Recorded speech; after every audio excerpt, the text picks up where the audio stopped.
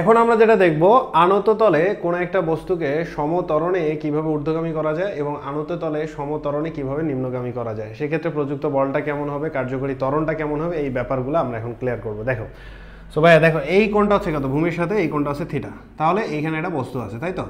এই বস্তুকে আমরা কি করব বলো, সমত্বরণে ঊর্ধ্বগামী অর্থাৎ উপরের দিকে উঠাবো। সেক্ষেত্রে আমাদের প্রযুক্ত বলটা কেমন হবে? তাহলে দেখো এই বস্তুর ওয়েট কোন দিকে বলো, এই বস্তুর ওয়েট হচ্ছে একদম নিচের দিকে, খাড়া নিচের দিকে। এই কোণটা 3 হলে এই কোণটা না, এই কোণটা থিটা হলে এই কোণটাও কি হবে বলো, এখানে থিটাই হবে।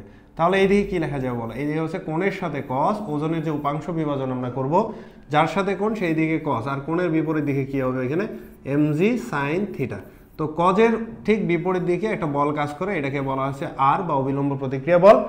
এখন আমরা এই বস্তুটাকে সমবেগে উপরের দিকে উঠাবো, তাহলে সমবেগে সমত্বরণে উপরের দিকে উঠাবো। ক্লিয়ার?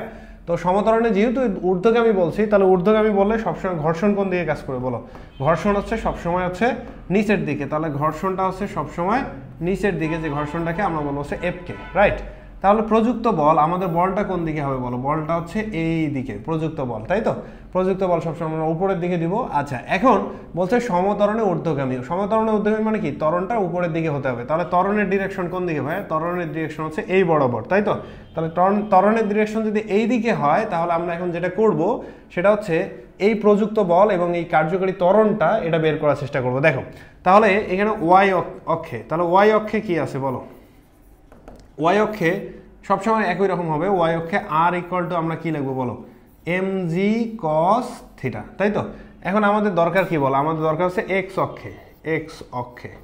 আচ্ছা, যেহেতু এখানে আমাদের ত্বরণ আছে, ত্বরণ থাকলে কি হবে, একটা বল অর্থাৎ যে কোনো একদিকে, যেই দিকে ত্বরণ সেই দিকের বলটা বড় হবে, আর যেই দিকে ত্বরণ নেই সেই দিকের প্রযুক্ত বলগুলো ছোট হবে। তাহলে বড় বলটা থেকে ছোট বলটা যদি বিয়োগ দেই, তাহলে যেখানে যে বলটা পাবো সেই বলটাকে আমরা বলি হচ্ছে কার্যকরী বল, আর এই কার্যকরী বল থেকে যে ত্বরণটা পাবো সেই ত্বরণটাকে আমরা বলবো হচ্ছে কার্যকরী ত্বরণ। তাহলে দেখো তো ভাইয়া, যেহেতু ত্বরণটা এই দিকে, তাহলে আমাদের কি প্রযুক্ত বলটা বড় হবে। তাহলে আমরা কি লিখলাম, এই যে প্রযুক্ত বল মাইনাস, দেখো এই সাইডে কি কি বল আছে, MG sine theta plus F K. তাহলে এখানে কি করবো বলো, এমজি সাইন থিটা প্লাস হচ্ছে এফ কে, এটাকে একসাথে করলাম। এই যে বড় বল থেকে ছোট বলটা যদি বিয়োগ দেই, তাহলে আমরা কার্যকরী বল পাবো। সেই কার্যকরী বলটাকে আমরা কি লিখতে পারি, ভর ইন্টু কার্যকরী ত্বরণ, বা যেটাকে আমরা বলতে পারি কি বলো, এফ নেট বা কার্যকরী ত্বরণ আমরা বলবো। তাহলে এখান থেকে কি লেখা যায় বলো, F minus M G sine theta, দেখো M G sine theta minus F K কি লেখা যায় বলো, এফ কে লিখতে পারো হচ্ছে মাইনাস, এখানে কি লেখা যায় বলো, মিউ কে, আর এখানে আর ইকুয়াল টু কত আছে, এম এবং এ। আচ্ছা দেখো তাহলে কি লিখবো বলো, F minus M G sine theta minus mu K, আর কে আমরা কি লিখতে পারি বলো তো ভাই, M G cos theta equal to কত আছে, এম এবং এ। দেখো তুমি চাইলে এই সূত্রটা ব্যবহার করে এই ক্ষেত্রে অর্থাৎ সমত্বরণে ঊর্ধ্বগামী বস্তুর ক্ষেত্রে যদি প্রযুক্ত বল বের করতে চাও, তাহলে প্রযুক্ত বলও বের করতে পারবা। আর যদি প্রশ্নে বলে যে কার্যকরী ত্বরণ বের করো, সেক্ষেত্রে কার্যকরী ত্বরণটাও বের করতে পারবা এই ফর্মুলা ইউজ করে। ক্লিয়ার?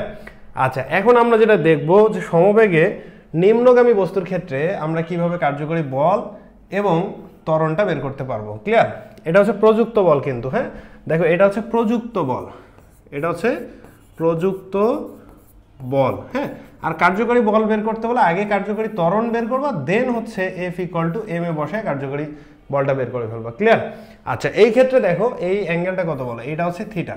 তাহলে এই বস্তুর ওয়েট কোন দিকে বলো, ওয়েট হচ্ছে একদম নিচের দিকে। তাহলে এখানে দেখো আমরা যদি এটা ওয়েটের ভেক্টর বিভাজন করি, তাহলে এখানে কি হবে বলো, এই দিকে থাকে হচ্ছে এম জি কস থিটা, আর এই দিক বরাবর থাকবে হচ্ছে M G sine theta, right? আচ্ছা, সমত্বরণে নিম্নগামী, যেহেতু বস্তুটা নিচের দিকে আসতেছে, নিচের দিকে আসলে ঘর্ষণ কোন দিকে বলো, ঘর্ষণ সবসময় তার বিপরীত দিকে। তাহলে ঘর্ষণ হচ্ছে গতির বিপরীত দিকে, তাহলে এফ কেটা হচ্ছে এই বরাবর। আর প্রযুক্ত বল তো আমাদের এইদিকে ছিলই, তাহলে প্রযুক্ত বলটা হচ্ছে এফ, রাইট? আর এই এমজি কস থিটার ঠিক বিপরীত দিকে একটা বল থাকবে, এটা আর, এটাকে বলবো আমরা কি বলো, অবিলম্বন প্রতিক্রিয়া বল। তাহলে দেখো এই ক্ষেত্রে আমরা দুই অংশে যেটা লিখতে পারি সেটা হচ্ছে, দেখো তাহলে একটা ওয়াই অক্ষে, তাহলে ওয়াই অক্ষে তো অলওয়েজ একই জিনিস থাকবে, সেটা কি আছে বলো, আর ইকুয়াল টু আমরা লিখতে পারি বলো এম কস থিটা, আচ্ছা এম জি কস থিটা।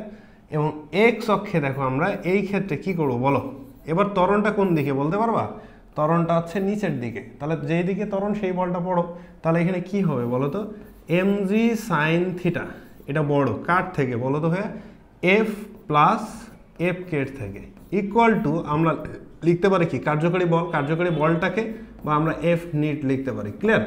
আচ্ছা, এখন এইখান থেকে কি লেখা যায় বলো, mg sin theta minus F প্রযুক্ত বল মাইনাস এই ঘর্ষণ গুণাঙ্ক ইয়ার ঘর্ষণটাকে আমরা কি লিখতে পারি বলো, মিউ কে আর লেখা যায়, ইকুয়াল টু কত আছে এফ নিট, তাই তো? আচ্ছা, তাহলে এখান থেকে কি লিখতে পারি বলো, mg sin theta minus F minus mu K, এখান থেকে আর কে আমরা লিখতে পারি হচ্ছে mg cos theta equal to F নিটটাকে আমরা লিখতে পারি এম এ, কার্যকরী বলটাকে লিখতে পারি কার্যকরী ত্বরণ, অর্থাৎ F equal to M A. তাহলে দেখো এই সূত্র ইউজ করে তুমি চাইলে কোনো একটা বস্তুকে সমতরণে নিচের দিকে নামাইতে পারবা, এবং সমতরণে নিচের দিকে নামানোর ক্ষেত্রে যে দুইটা প্রশ্ন তোমাদেরকে বা যে দুইটা ডাটা বের করতে বলে, একটা হচ্ছে প্রযুক্ত বল, কি পরিমাণ বল দিয়ে তাকে নিচের দিকে নামাবো, এবং কি পরিমাণ ত্বরণ অর্থাৎ কার্যকরী ত্বরণটা তার কত হইতে পারে, এই ব্যাপারটা কার্যকরী ত্বরণও বের করতে বলতে পারে, আর কার্যকরী ত্বরণ দিয়ে কার্যকরী বলটাও বের করতে পারবা। ক্লিয়ার কথাটা? তো এই হচ্ছে সমতরণে ঊর্ধ্বগামী এবং সমতরণে নিম্নগামীর ক্ষেত্রে আমাদের প্রয়োজনীয় সূত্রসমূহ।